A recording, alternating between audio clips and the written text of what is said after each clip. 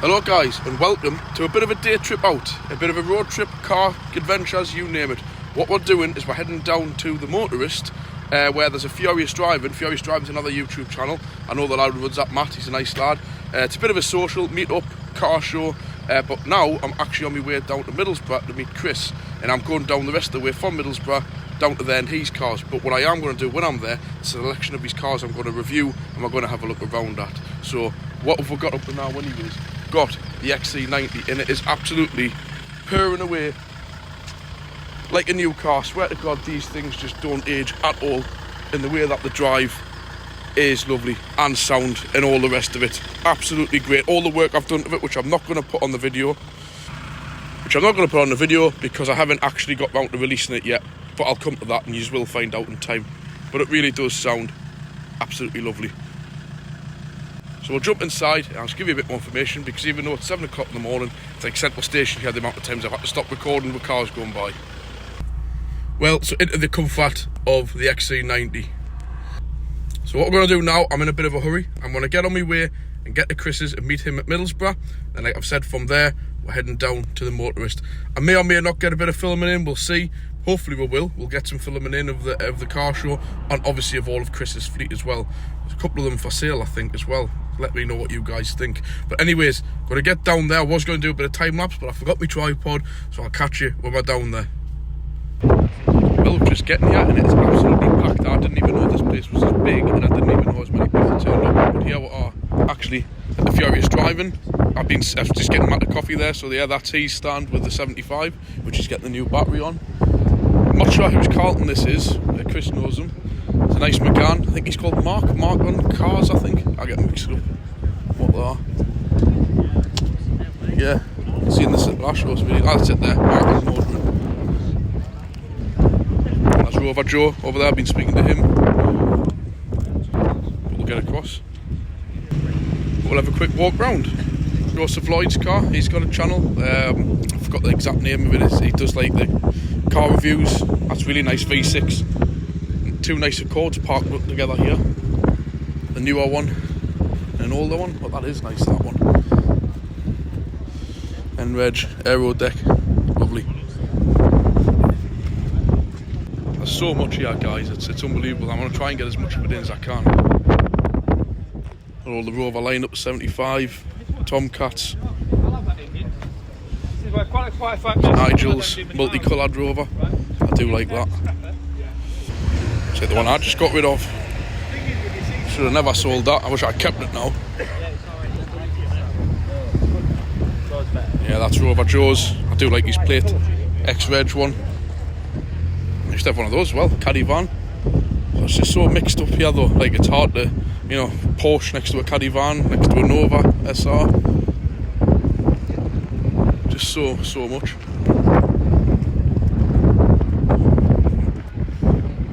Teslas, the Golfs, the Aston Martins. I find this one a bit hard to film, guys, actually.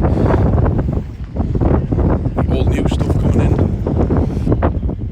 Nice 75 there. I'm sure we were behind this on the way in.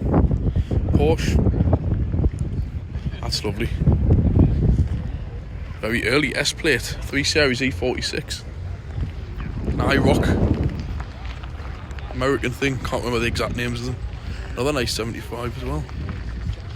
And like I've said, it's just mix up with everything, you know, like random Fiestas. We've got all these imports. Stephen, you'll know what all these are called. My mate's got one of these. Not the Nissan one, the Toyota. Streetwise.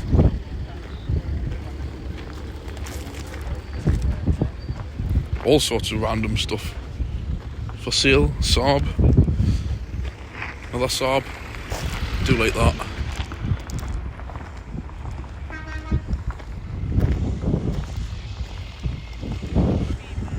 All lined up with Hyundai Coupes. Never seen before.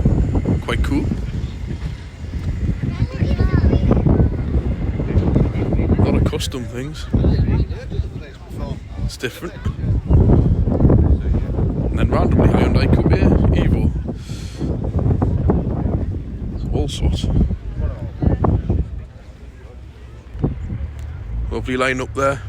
Some Rovers. 75s, ZTs. I do miss my ZTT. And yeah, I knew Chris would end up spotting something like this. 280 TE estate. It's absolutely lovely, that is. And so is the 1985.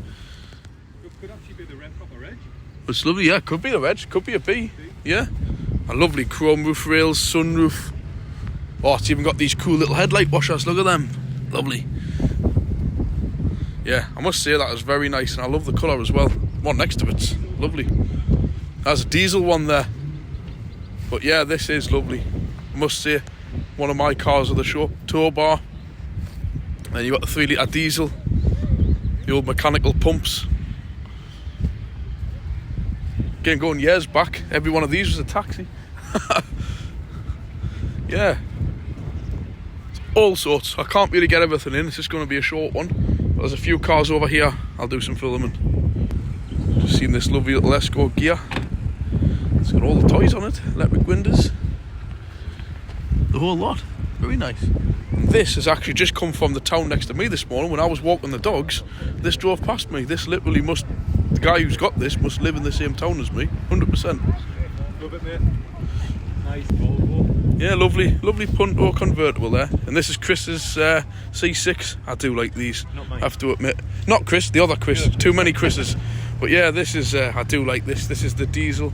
2.7 these, aren't they? Yeah. V6. Yeah. Just such a different looking car. Timeless, I think they definitely aged well.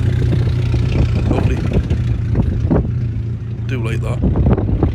Do a bit of filming of our own. We'll film this guy's car here. I'm not sure who he is. You all probably haven't seen this one. Yeah, do like that. This is Chris's new one, GhiaX.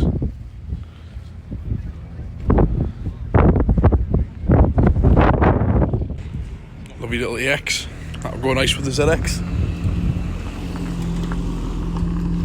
Don't see many of them now. Apart from the show I was at just the other week, the car auction. But yeah, that's Chris's new GhiaX. I'll do more filming of that back at the yard because there's a Mk1 there as well, which I'm going to do a separate bit of reviewing on. Hello guys, I'm not sure at what point I'm going to be up to here. I've done a bit of film at the Motorist, but the wind was terrible, so I haven't yet had time to review it. So this will either be following on from a bit of filming around the Motorist. If not, this'll just be what it is, which is I'm visiting my friend Chris for the day. We've been down to the Furious Driving event. There was other things on at the Motorist near Leeds, but I'm just about to head home. And I've got a few of Chris's cars to do a bit of a walk around review, and you'll notice them. My little van for a start over there, and there's another few cars which I'll do, but mainly what I am going to do is a bit of a comparison video. I can't tell you the massive loads of facts and figures of what factories they were built at and all of that. This is not what my channel's about, but what we're going to do is have a walk around and compare two very similar but two very different cars at the same time. I still class that it's a Mk1 Mondeo and Mk2, but they're pretty much the same. To be honest, in a lot of countries, if you know this, they're never actually called that, the Mk2. They were always known as the Mk1, and then the Mk2 was the Mk3. But anyways, they are in this country. That's the Mk2, that's the Mk1, and you'll not get an earlier one than that. So you can't get an earlier Mondeo than a K plate. This is a what? What's the actual plate on this?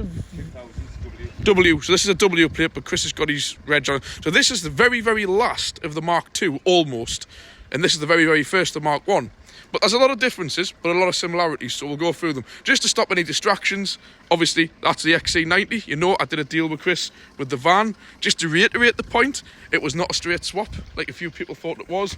But you know how things work. I could get that back. Chris could have this back. Just how it works. And you've seen this as well, just before your eyes start wondering at other things. You know the Primera from the Festival of Unexceptional, which it very much is. A perfect fitting car for this year. We're hoping to get on concourse, isn't it? We're hoping to be accepted for the concourse for this. And if that is a car worthy of that, again, this is a very early one of these, to be honest, on an H plate. Yeah, it hasn't even got a cat or nothing, but you have a look under there. Yep, original black exhaust, original plates, North Wales. And they aren't actually remade either.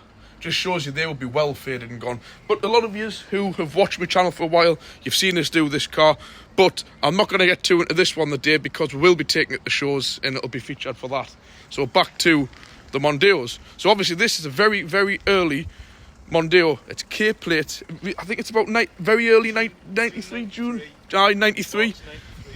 So it just scrapes into the emissions. I'm not sure. I'm going to check the MOT manual myself, but I'm pretty sure with this one you can actually almost skip doing the emissions on it because it's not within the dates to actually require a cat. It's got a cat because they all did, because they're all multi-point injection, but I need to check, double check the dates of when it come in. I'm sure it was sometime in 92, but you can't actually get a K plate on a 92. This must be a very late K plate, because obviously L-Reg follows on from that, and that's, in my mind, as a tester, most cars on a K can get away without a cat test. Then it's L-Reg, they all do.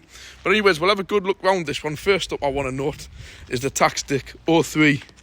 £88 that was the tax in November. Well, it was 2002 at the time of tax in Cumbria. Obviously the Ford RAC tax disc holder. These as well, I'm not sure if it's had the headlights replaced.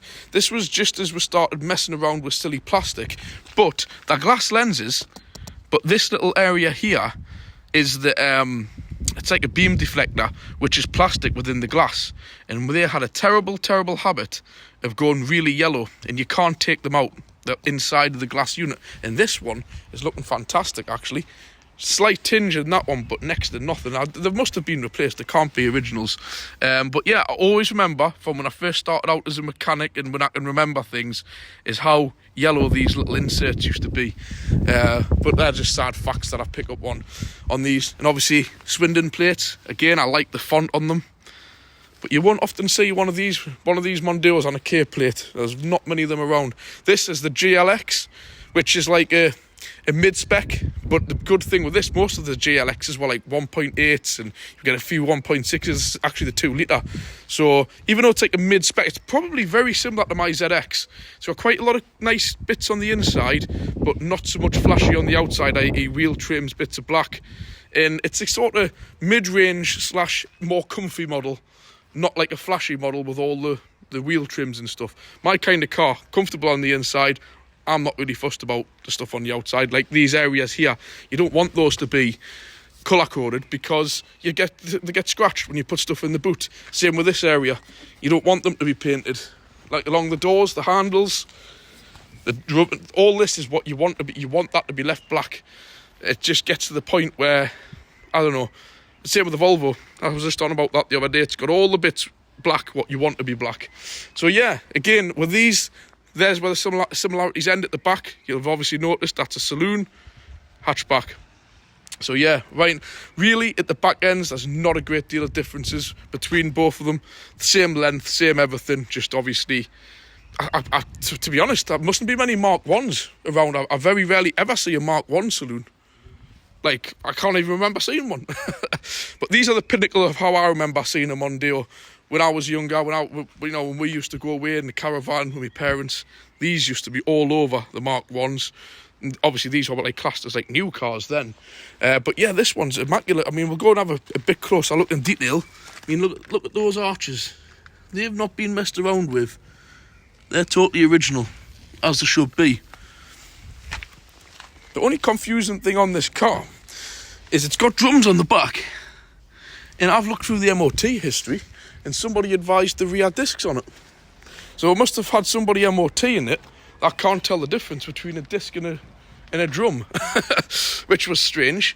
But yeah, as you can see, it's got all new tyres. The only bit of damage to the car is this door, which I believe some idiot tried breaking into it. And what you did back in the day to break into these cars was basically pull the door that hard, you actually bend them.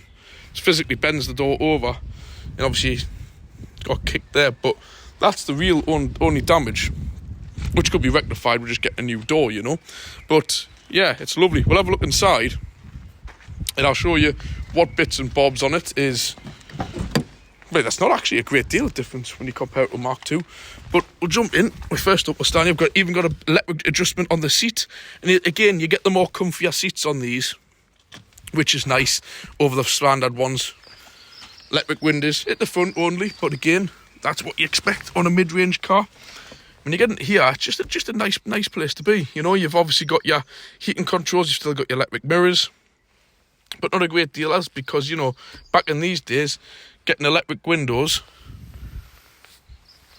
electric mirrors, obviously, I've got a nice sunroof, manual, because that's really what you got, you know what I mean? That's what you got for a mid-range car. Nice chunky gear stick, and I always remember these radios from being a kid. I might put it on. Actually, I'll wait. Let's have a look. I'm just worried in case it blasts music out, which I don't want to get copyright infringement. So obviously I always remember just pressing at the green screens and all that. They're just great. One of the things I never could understand with the Fords was this idea. There's another car like this, which I can't remember.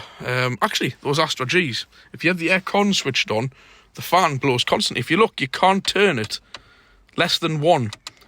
So it's always on 1. The only way you can get it to turn it off completely is to put it to 0 there. So if you listen, that's blown now on 1. So when you just want the air to be blown up on the screen or in your face when you're driving, the fan's got to be running all the time. And the only way you can get it to switch it off is there. So then you stop all the ventilation. Never did understand that, and I still don't now. If anybody would like to explain and tell us why you can't just turn the fan off on these, let us know in the comments below. But yeah, digital clock, 129,000. But this car has only done 30,000 mile in the last something like 20 years. So all of that mileage was done when the car was actually new. So really, it's hardly been used, in fairness. Again, lovely velour armrest, which is lovely and comfortable in the right place you want it. And what I love to have is canvas on the inside of the door, so your arm's not on hard plastic. So when you're driving, both your elbows are nicely on a carpeted area. Again, your usual Ford hazard switch up there within the steering wheel. You can tell this car really has been used when it was new, but not a great deal else, to be honest. It is nice, guys, it is. Obviously, you don't get the heated windscreen because it is just the GLX, but you do get the dials control with the illumination. I can't remember what would be there, something. We'll have a look in the other car because that one has got all the extras in. So, we'll have a look. We'll have a quick look in the back first. Obviously, you've got your rear vents. I always found these quite interesting on them, which they did away with on the Mark IIs. But yeah, that vent goes directly through, and you actually see it comes through that door.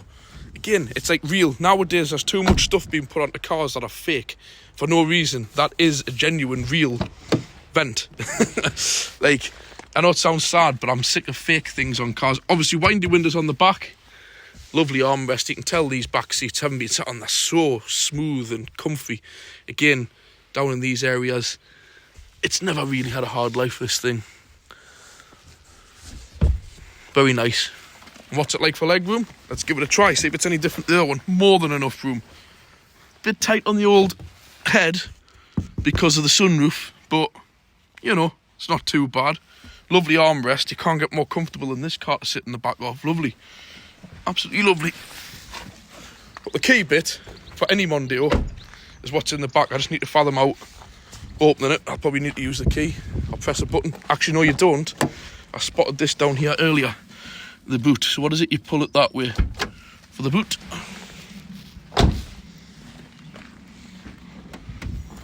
That's why you buy a Mondeo. Huge, massive boot. Fantastic. We'll have a look underneath the floor. Your original spare Michelin. Yeah, lovely and clean. All original under there. Let's put that back. Yeah, it's really not had a hard life, this car, at all. Again, original plates on the rear. So yeah, we'll go under the bonnets together because they've got the same engine in. Like I mentioned, this is weird how it's like a mid-spec, but with the top-end engine in a 2-litre. Most of them are 1600s, 1800s, but this actually got the 2-litre for some reason. One other thing just to show you as well is the exhaust change size. So this has got it on the left, this has got it on the right. But I tend to find, with most cars, the exhaust, right, is always on the opposite side, unless you've got dual ones, to a fuel cap. Take note, exhaust, fuel cap. exhaust, fuel cap. I can guarantee it's the same on the van, and guarantee it's the same on the Primera, but this is a bit of a weird one, having the exhaust on the right and the fuel cap on the right. Just in case to prove us wrong, let's go and have a look. But this is something I notice. I work with cars every day. Fuel cap, you see? Exhaust. I guarantee it'll be the same on the van. Apart from actual vans like them are a bit different. But yeah, that's the only thing. But I can really notice that they changed for some reason. Probably because this is a GhiaX and they're designed to have the V6 in as well. So possibly something like that. So anyways, it's enough for the Mark 1. Let's get on to the Mark 2. Back ends are a bit different, so I can't fully explain the size of boot. But still, nevertheless, even though it's a saloon, you do get a lovely big size boot. Lovely, really are. This car is stunning actually. It's hardly got any miles on. I'll confirm that when I get in the car. So yeah, lovely size boot. But again, you can tell with the technology starting with this, it's just a pull cord cable or a key. With this, I think there's a remote switch in the car, but it's got a keyhole. But if you listen, it's an electric motor.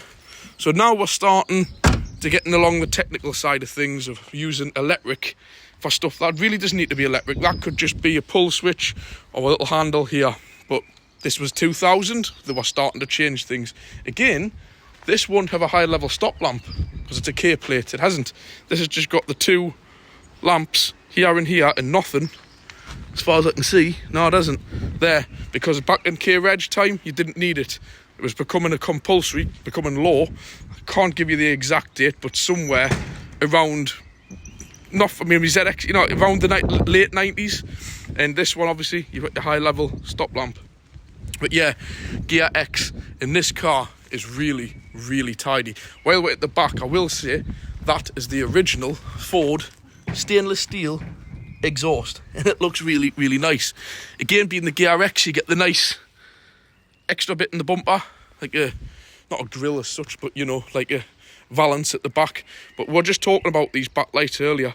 They're like a teardrop. They're absolutely beautiful on the saloon. Where on the hatchbacks, they were more of a, like even on the Mark 1s, but on these, I must say, that backlight is a lovely shape. Leave a comment below if you agree, but I really do think those backlights look fantastic. And the styling really does go to match. I do think it's nice. First thing you'll be noticed on this car, yes, we know the wheels aren't standard. Yes, I believe it's been lowered slightly. It's not what Chris has done, it's what somebody else had done. At first I didn't like it. At first Chris didn't like it. But it's beginning to grow on Chris, and it's actually beginning to grow on me. I quite like it actually. I'm not going to lie. It looks alright. It really does look alright. I believe there's some kind of a Peugeot wheel or something. I did hear them speaking about it before. But yeah, they're quite a big sized rim. 17. So they're a 17-inch steel rim with the Ford centre caps. And do you know what? Alright, I like them. They're actually alright. Yes, they're not original. But yeah, there's enough original cars around anyway. So, I can live with that. But yeah, it's the Ghia. Ghia's the top of the range, but it's not just the Ghia. It's the GhiaX. So we're going to get into that. It's got all the extra chrome. It's at the X. And mainly, it's got the few extra. Again, you've got it on here. While losing the vents, like I said. See, they're still there in the body. But I don't know why they took them away for. It's a bit of an odd one. They're there and they got rid. And it's not just to put that with a Ghia on, because on these ones they used to put something on them anyway. So it's a bit odd how we've lost vents. But I do like how that Ghia is like emblemed in like this like sort of resin. And in fairness, it's never faded, has it? And in the back, you've got the lovely leather seats. And I will say, they are very nice. With obviously the armrest, very nice. But yeah, you can see this thing's not being used. And again, GhiaX, you're posh. You've got the electric rear windows.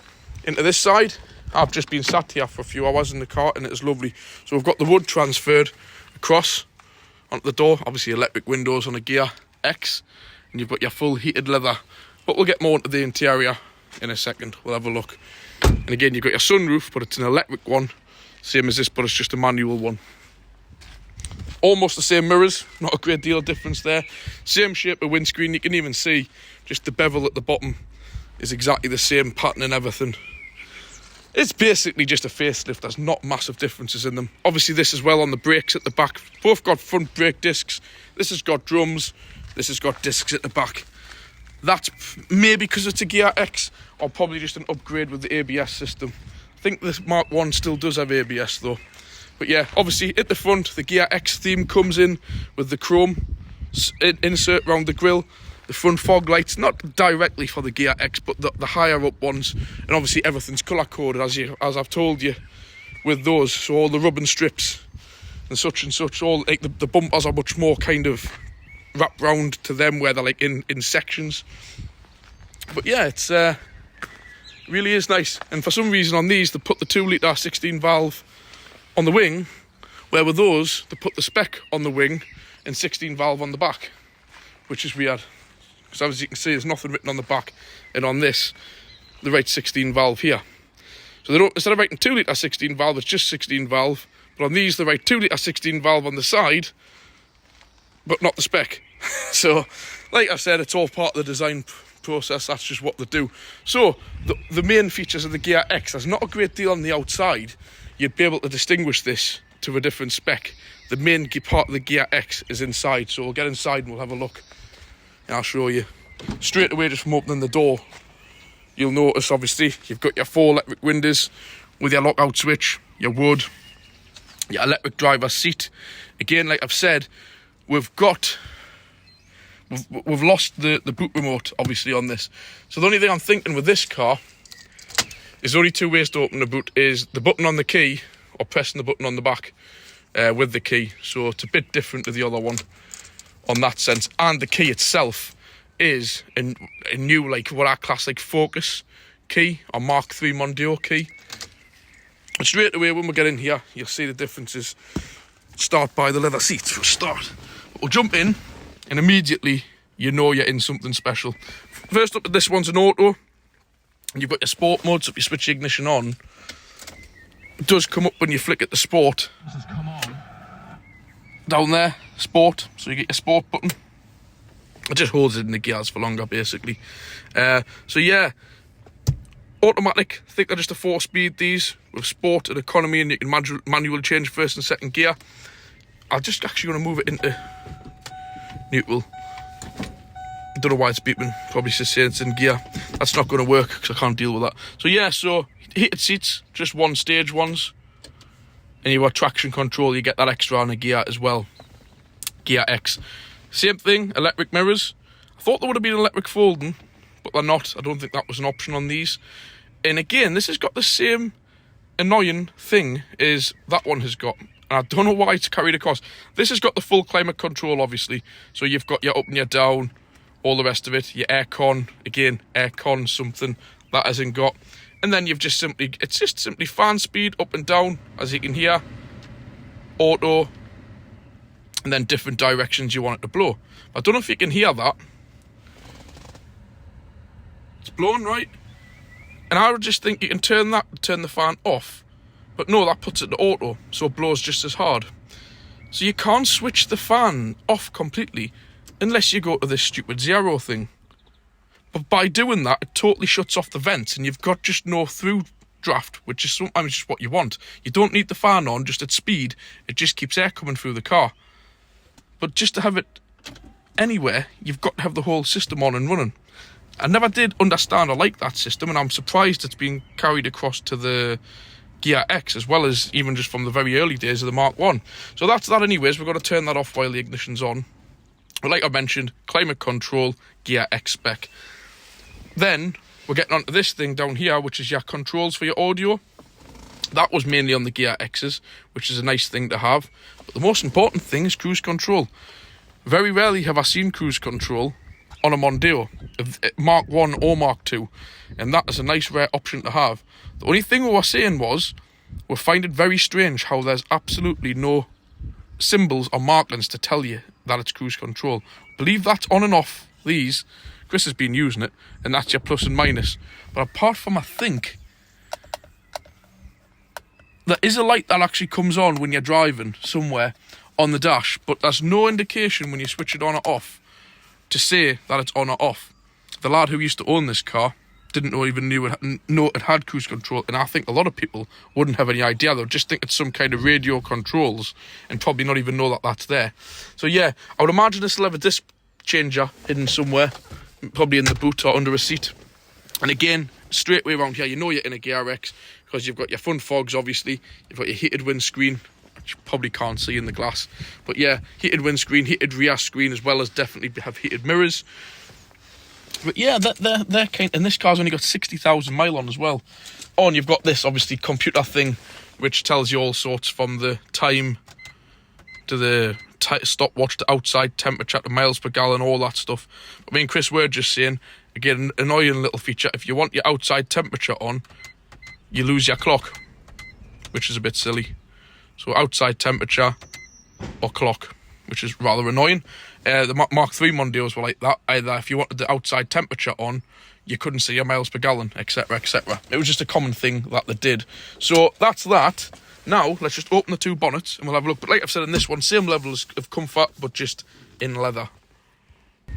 Right, so just like that, both the bonnets are open. And I'll show you there's not a great deal of difference. It's hard to show you in detail here, but they're both pretty much the same engine. The only few little differences. This has got aircon, so you've got all these extra network of pipes that run. The power steering pipe's routed slightly different, mainly because it's got aircon to route around them, and that's got an extra resonator box there. This one doesn't. But just have a quick look, you'll see what I mean under the bonnet from this one to this one. Again, metal cam cover, plastic cam cover. This resonator box, which is just like an air reserve, so when you put your foot down hard, it just keeps this lump of air to go in, basically. It was very common what they used back in the day. And again, 136 PS, slightly different to brake horsepower, 2 litre. And they call these ones a 2 litre 16 valve Z-Tech-E economy. It must mean like the plastic cam cover and all the rest of it. Because this is one of the very first engines around, really, what Ford were doing. There's a few in the Sierras and stuff with a cat and multi-point injection. So, yeah, there's not massive amounts. Steering reservoir in the corner on that one. It's here. Little changes here and there, but there is a lot of time between the two cars, but pretty much the same. And this is your cruise control motor in the corner. And obviously, that's your master cylinder, which is slightly different to this one. I'm not even sure if this has got ABS. This model might not have ABS. I'll soon tell you by just putting on the ignition. Don't think it will. Probably because it's got drum brakes on the back, but I could be wrong. Nah, this hasn't got ABS on it, so therefore a lot less to go wrong on these older cars. So yeah, that's pretty much it, guys. I just wanted to go through and show you a few basic. I mean, yeah, obviously you guys can say you might know these Mondeos inside out. I'm just giving you the basic information on them. There's not a great deal of difference. They're two completely different cars, different specs, different marques, different ages, but pretty much the same thing underneath, you know, same subframes, body, everything, you know. So yeah, I hope you enjoyed that, but I just want to say, from the beginning of the video, the Volvo drove absolutely faultless. It was absolutely great driving this, lovely, comfortable car, and like I've said, I'm keeping this up as a 7-seater. I'm not messing around putting the back seats down for the dogs, because once you put them down and you start putting sheets up and stuff, it then becomes a massive chore to ever use the 7 seats or let the kids just sit in the back. As I'll show you, I've got it converted in the back to have the dogs in there. I'm going to put a bit of protection here. A few other bits I've got to do. I have done work to the car, but I haven't released the videos yet, so I'm not even going to tell you what it is. It's pointless. So I'm going to leave that here. I hope you've enjoyed it. Anything you want to say, leave a comment. Obviously, the car show, I did a bit walking around. It was windy. When I get home, I'm going to review it. If it's no good, it's getting deleted. So this will be it. It'll just be a day trip out to Chris's to look at the the Mondeos. If it isn't, it'll be a car show day at the Motorist. But I must admit, it wasn't very good to record. Mainly because there was a lot of older cars there. And there was like a boy racer scene thing there as well.